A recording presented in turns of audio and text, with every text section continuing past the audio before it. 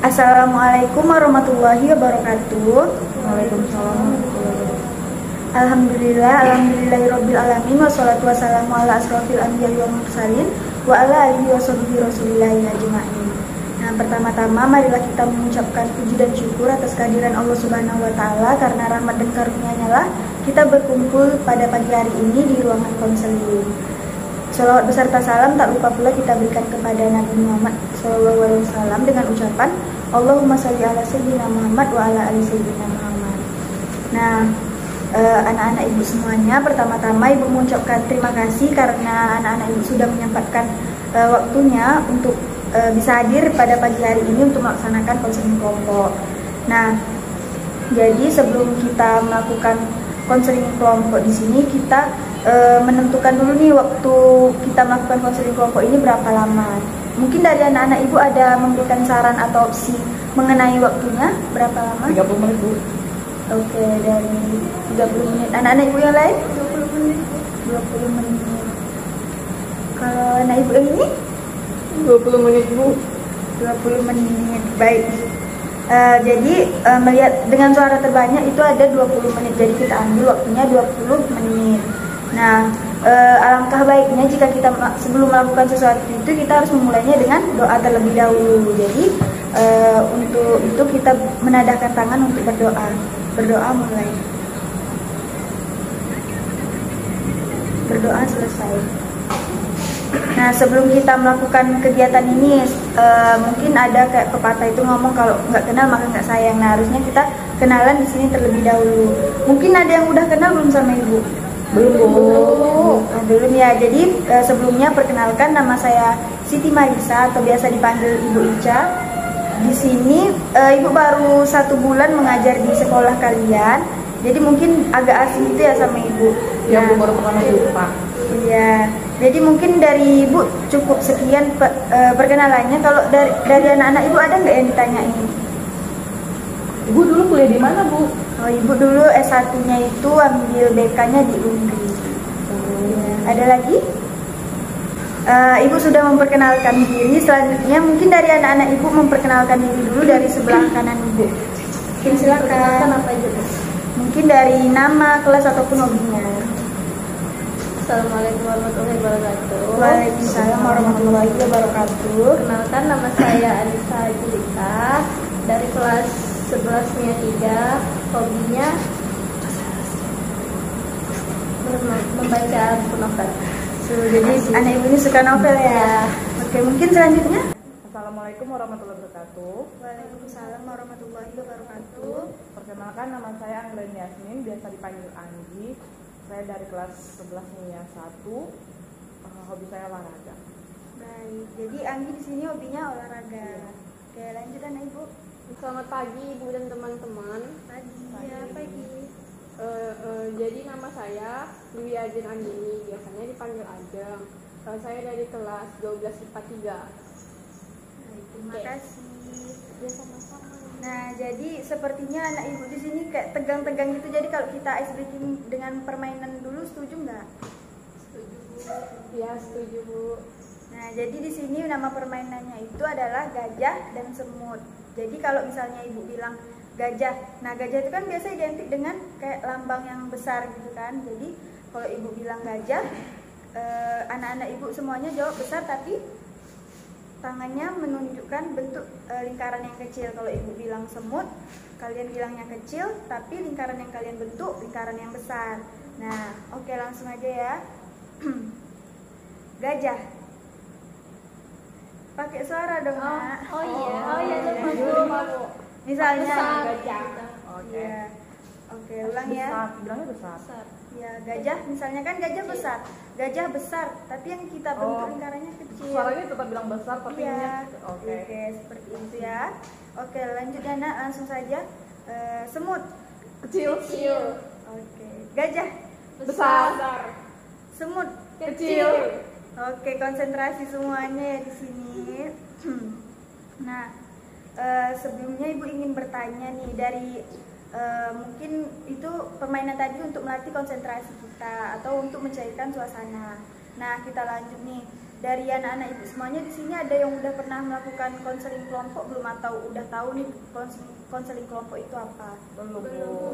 Jadi anak ibu di sini belum pernah melakukan atau melihat konseling kelompok itu berlangsung seperti apa. Nah, jadi ibu menjelaskan secara singkat terlebih dahulu mengenai konseling kelompok. Jadi konseling kelompok itu adalah konseling yang dilakukan secara berkelompok yang membahas permasalahan dari anggotanya satu persatu. Nah, tujuan dari konseling kelompok ini adalah untuk memecahkan masalah yang ada di dalam anggota kelompok tersebut, di mana di dalam konseling kelompok ini terdapat beberapa asas. Yang pertama itu ada asas kesukarelaan. Jadi anak ibu di sini datang secara sukarela, tidak dipaksa. Nah, jadi apakah anak ibu di sini datang secara sukarela? Iya, Bu. Selanjutnya yang kedua itu ada asas keaktifan, di mana nanti anak-anak ibu ini aktif dalam menyampaikan pendapat ataupun solusi dari permasalahan teman-temannya yang permasalahan kita bahas. Kemudian selanjutnya itu ada yang namanya asas kerahasiaan, di mana di sini kita menjunjung tinggi asas kerahasiaan. Misalnya si A ini bermasalah, jadi masalah yang dimiliki si A ini tidak boleh tersebar di luar setelah ini konseling berlangsung. Misalnya hari ini kita membahas permasalahan si Anggi misalnya kan. Nah, terus Ajeng sama Nisa itu besok bercerita sama teman-teman di luar konseling kelompok ini tentang permasalahan si Anggi. Nah, itu tidak boleh. Jadi kita melakukan konseling ini secara rahasia. Nah, mungkin sampai di situ anak ibu paham semuanya? Nah, apakah sudah siap nih kita melakukan konseling kelompok? Siap, Bu. Nah, kemudian kalau Ananda semuanya sudah siap, mungkin langsung saja kepada penyampaian masalah. Mungkin siapa nih yang berani menyampaikan masalahnya terlebih dahulu? Saya, Bu. Ya, silakan. Gini, Bu, kan saya tuh aktif di organisasi. Nah, saya itu tuh kayak kurang bisa manage waktu gitu. Kayak misalnya kan lagi mata pelajaran ini nih gitu, terus tapi juga banyak kegiatan gitu yang setelah mata pelajaran atau ekskul gitu. Nah, saya tuh jadi sering ketinggalan mata pelajaran itu, Bu. Oke, jadi masalah yang Anggi hadapi saat ini yaitu tidak bisa memanage waktu. Baik, siapa lagi yang berani menyampaikan masalahnya? Saya, Bu. Oke, Nisa. Jadi, Bu, saya ada punya teman dekat gitu, Bu. Dan kebetulan saat ini saya dengan teman dekat saya ini sedang tidak baik-baik aja gitu, sedang renggang gitu, Bu. Itu atas adu domba dari luar, sehingga setelah kami bicarakan masih juga tidak ketemu, Bu, solusinya. Jadi saya dengan teman dekat saya sudah tidak berteman dekat seperti dahulu lagi begitu, Bu. Oke, jadi masalah Nisa di sini itu tentang pertemanan yang sudah nggak baik-baik aja gitu. Oke, yang terakhir ada anak ibu Ajeng, silakan nak. Iya, Bu. Iya, jadi saya itu, Bu, kalau misalnya bicara gitu nggak pede gitu, Bu, kayak takut gitu. Kalau misalnya di kelompok seperti ini kan kelompok kecil kan, nah saya masih berani bicara, tapi kalau sudah di depan kelas saya takut. Habis itu saya takut kalau misalnya teman-teman kan kalau depan kelas semua liatin saya gitu kan, jadi saya takut ya gitu, Bu. Oke, jadi permasalahan si Ajeng ini tentang ketidakpercayaan diri kayak di depan kelas seperti itu ya. Nah, anak-anak ibu semuanya di sini sudah menyampaikan masalahnya. Jadi pertama-tama nih kita pilih dulu nih permasalahan siapa yang mau kiranya kita bahas. Seperti itu. Ada yang ingin berpendapat terlebih dahulu masalah siapa yang ingin kita bahas? Masalah ketidakpercayaan diri aja, Bu. Oke, kalau menurut Anissa itu masalahnya si Ajeng. Kalau Anggi gimana? Oke, masalah si Ajeng juga. Kalau Ajeng masalah siapa kira-kira? Kalau saya ikut aja. Oke, dari suara terbanyak itu ada yang ingin bahas itu adalah masalah si Ajeng. Jadi sebelumnya apakah Ajeng siap nih memberitahukan masalahnya secara lebih dalam lagi kepada kami tentang ketidakpercayaan diri? Iya, Bu, saya siap. Oke, mungkin boleh langsung saja Ajeng menceritakan masalah Ajeng tersebut. Silakan, Nak. Nah, iya, jadi saya itu udah dari lama, dari SMP gitu, takut kalau maju ke kelas. Kan kalau kita belajar kan sering ya disuruh presentasi sama guru gitu. kalau misalnya maju disuruh presentasi, teman-teman saya itu kayak gitu. Sebetulnya sama yang lain juga kayak gitu, tapi entah kenapa saya itu merasa lebih takut aja gitu. Terus ketika di depan, teman-teman saya itu sudah pasti memperhatikan saya gitu kan, karena kan saya satu-satunya di depan gitu.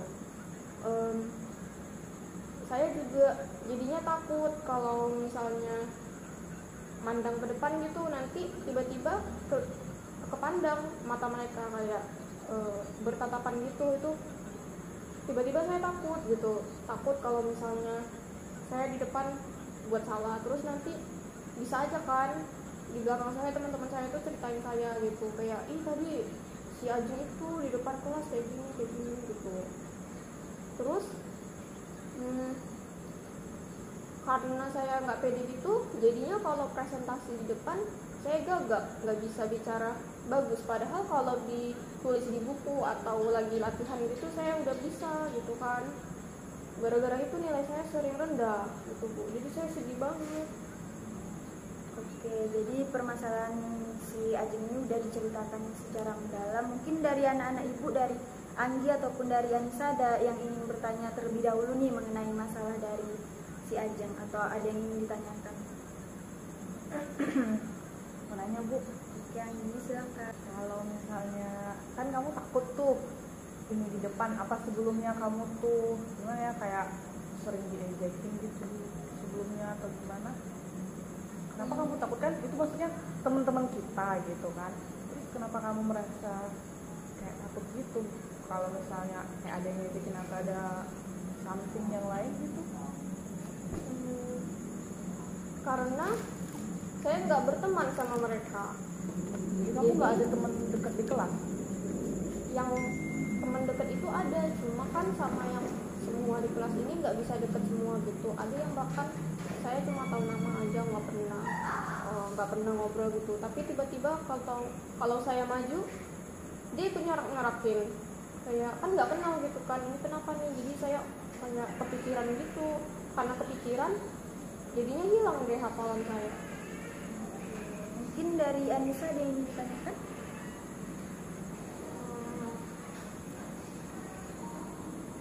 Mungkin saya ingin tanya deh sama Ajeng,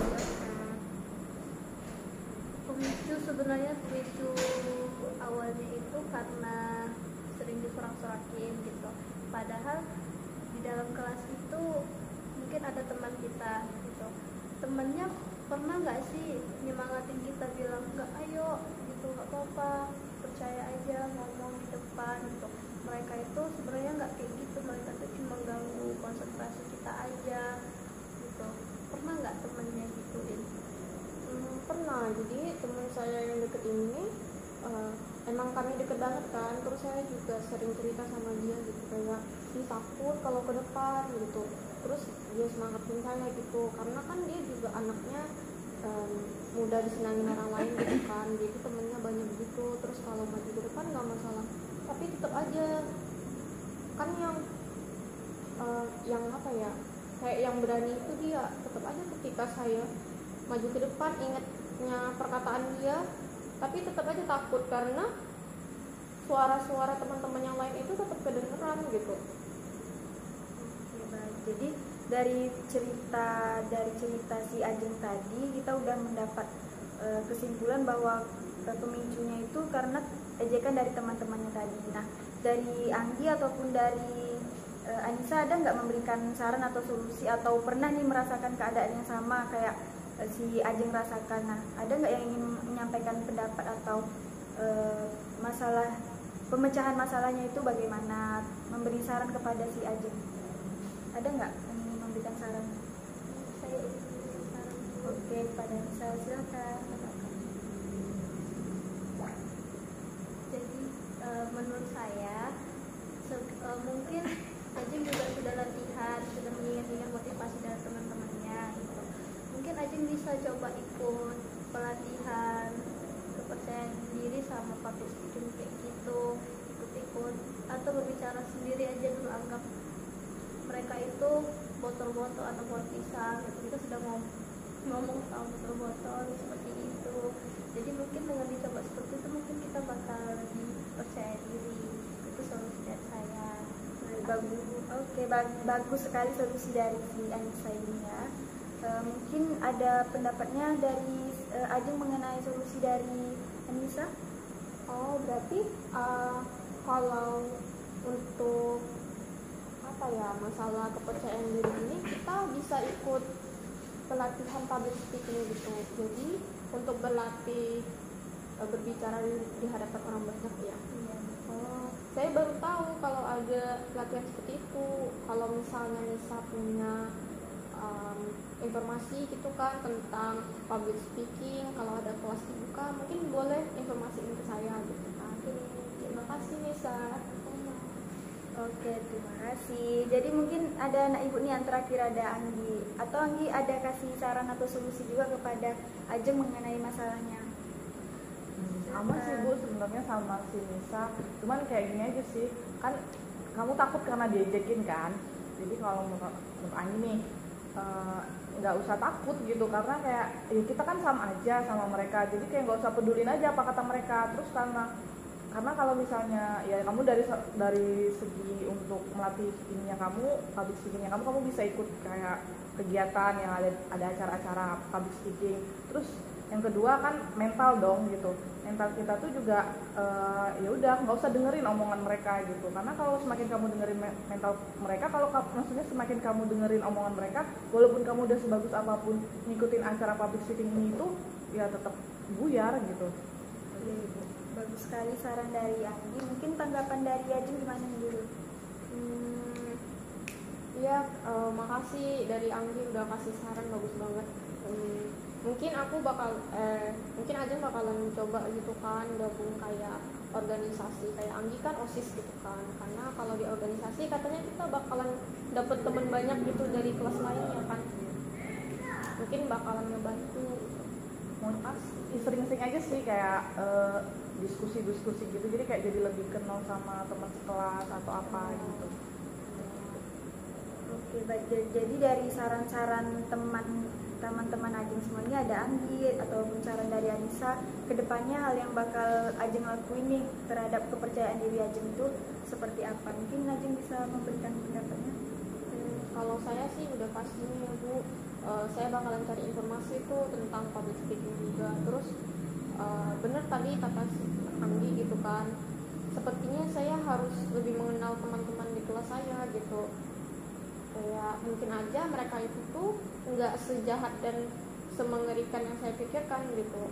Terus juga saya pengen nambah wawasan saya kayak teman-teman saya gitu dengan melalui organisasi, acara-acara yang melibatkan diskusi itu. Oke, baik. Jadi bagus sekali perubahan apa yang ingin Ajeng lakukan ke depannya. Mungkin Ibu ada sedikit nih tips. Sebelum Ajeng itu tampil ke depan umum, yang paling penting itu sebenarnya pikiran kita. Jadi sebelum tampil ke depan umum atau di depan kelas itu, Ajeng ini harus berpikir positif terlebih dahulu. Jadi kalau apapun yang akan kita lakukan dengan pikiran yang positif, tentunya ya hal yang akan kita lakukan itu akan menjadi hal yang lebih baik. Misalnya kalau Ajeng udah negatif thinking dulu nih mau maju ke depan kelas, aduh kayaknya aku ke depan kelas nanti bakalan diajak-ajak nih sama teman. Nah jadi untuk mengatasi hal itu sebelumnya Ajeng ini harus berpikir positif dulu. Kayak misalnya aku ngelakuin saya atau Ajeng ini ngelakuin hal kayak gini demi membanggakan orang tua, demi kesuksesan diri saya sendiri dan bukan untuk orang lain tersebut. Jadi yang paling penting itu sebenarnya kalau maju di depan kelas itu adalah pikiran yang positif. Nah, kemudian mungkin di sini Ajeng bisa terapkan juga kalau mau nampil ke depan kelas untuk selanjutnya. Nah, mungkin solusi ataupun saran dari teman-temannya tadi udah kita dengarkan sama-sama. Mungkin kedepannya Ajeng bisa gunakan sebaik-baiknya. Kemudian di sini Ibu ingin memberikan tugas rumah kepada Ajeng. Jadi selama 1 minggu ke depan ini Ibu ingin memberikan tugas rumah kepada Ajeng, yaitu berupa Ajeng ini setiap harinya atau mau tidur atau baru bangun tidur itu latihan berbicara di depan cermin. Jadi mungkin hal itu bisa menjadi latihan-latihan yang dasar bagi Ajeng untuk agar kepercayaan diri Ajeng itu lebih baik lagi ke depannya. Nah, mungkin dari Ibu atau teman-teman nantinya akan memberikan reward kepada Ajeng apabila Ajeng ini sudah terlihat perubahan di dalam ketidakpercayaan diri yang sedang Ajeng alami. Nah, kemudian mungkin kita saat ini sudah sampai di akhir konseling. Jadi di sini Ibu ingin mendengarkan kesan dan pesan dari anak-anak Ibu semuanya setelah mengikuti kegiatan konseling kelompok. Mungkin siapa yang berani dahulu menyampaikan kesan dan pesannya? Sudah, baik Bu. Saya yang duluan membuat diberitahukan. Silakan Anissa. Jadi Bu, saya pertama kali mengikuti konseling kelompok ini dan saya merasa mungkin Ajeng yang cerita tadi kan Bu, dia bisa dapat solusi dari permasalahan diri dia begitu Bu.